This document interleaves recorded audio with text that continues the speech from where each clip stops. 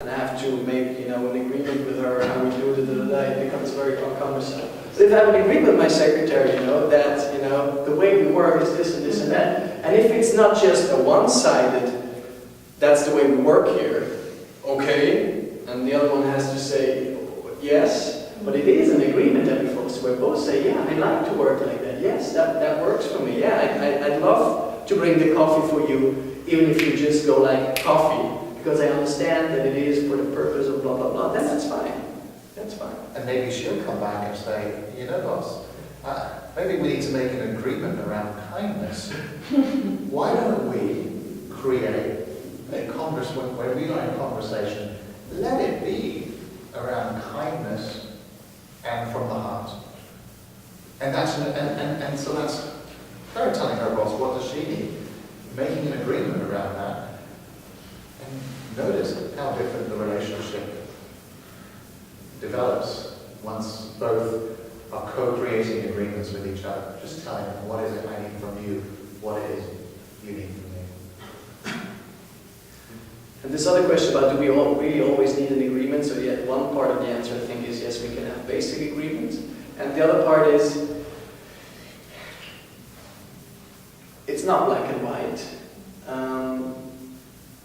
We think that the tendency nowadays is way too much on expectations, and everything we do towards agreements will improve the result.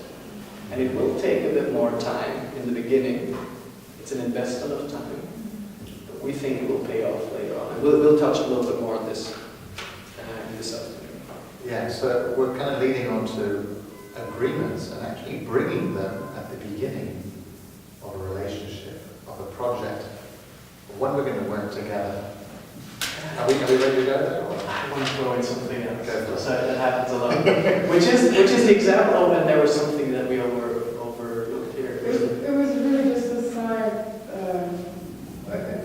it's kind of an aside to what we're talking about. Because you said something to the effect that there are so many expectations out there in a way. And I think that that's so true, that we're not even necessarily conscious of all the expectations we have going on. Oh, we're not. Because we don't even voice them to ourselves, let alone voice them to the other who's responsible for carrying out those expectations.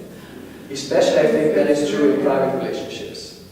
Yes. Especially in private relationships. And the expectations of private relationship, they're 10 times bigger than in the work relationship. So in private relationships, we expect our partner to make us happy, to make us feel that we look good, to make us feel like we're the best Prince Charming, to everything. And we all have those expectations that are not spoken, but we have them. And whenever they're not met, we get really tired. Well, with marriage, we got married. Parenting is... The old way was to assume that meant all of those things are expected, one from the other. But nowadays, no. Agreements is very powerful in bringing up your kids too, for sure. Yeah, fostering agreements with your kids. Takes a little age. But, but I mean, definitely. So, and that's what Philip also spoke a little bit too. There's so much abuse also in how people relate to it in relationships. And so maybe there's points where you're going to say, how is it possible that we react like so negatively? We like snap at each other. The typical thing. There's no person you're less kind than your partner, right? The one you love most. And maybe there's a point where you want to create an agreement around that, saying, how do we want to be to each other? Like, can we agree on not snapping at each other? Can we? And here's the power. Once you make that agreement, you give each other your word that you want to live up to that agreement. You really want to do that because people want to live up to their word. It's not easy in relationships, especially. It's not easy. That's very. But in general, so in the workplace and beyond, if you can have people agree and say, yes, I give you my word, I'll do that, they want to live up to that. They want to live up to it. But I think there's something else you want to say. Yes. Haven't said yet, so exactly. Yeah. So That's the power of agreement So you've noticed, especially this afternoon, right? What happened here? We're co-leading this, right? So this is a project we do together. We deliver together. We don't always agree We don't always with each agree. other. And you've seen what happened before. So we interrupt each other. We say like, no, don't go this way. I want to go here first. And you see, it's not like that gets in between us. And why doesn't it get between us? That we, break each other's sentence and do so. Why does it not? Because we have an agreement. We have an agreement, and a very strong agreement, that if it is for the purpose of the learning of the group, we allow each other, we are okay that the other one interrupts. Steps in. Steps in. Says, no. Please let's not go, let us go somewhere else. And that's why this works. What it takes, of course, is a lot of trust also.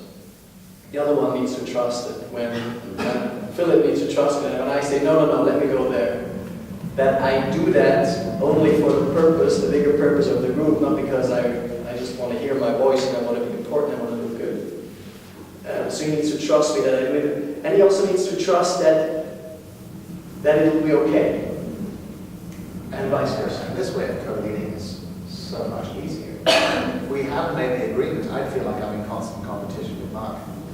Constantly, like in terms of what we say and what we're doing. And we're creating an agreement that we want to co-create together to create value in this workshop. And that's what the agreements are founded on.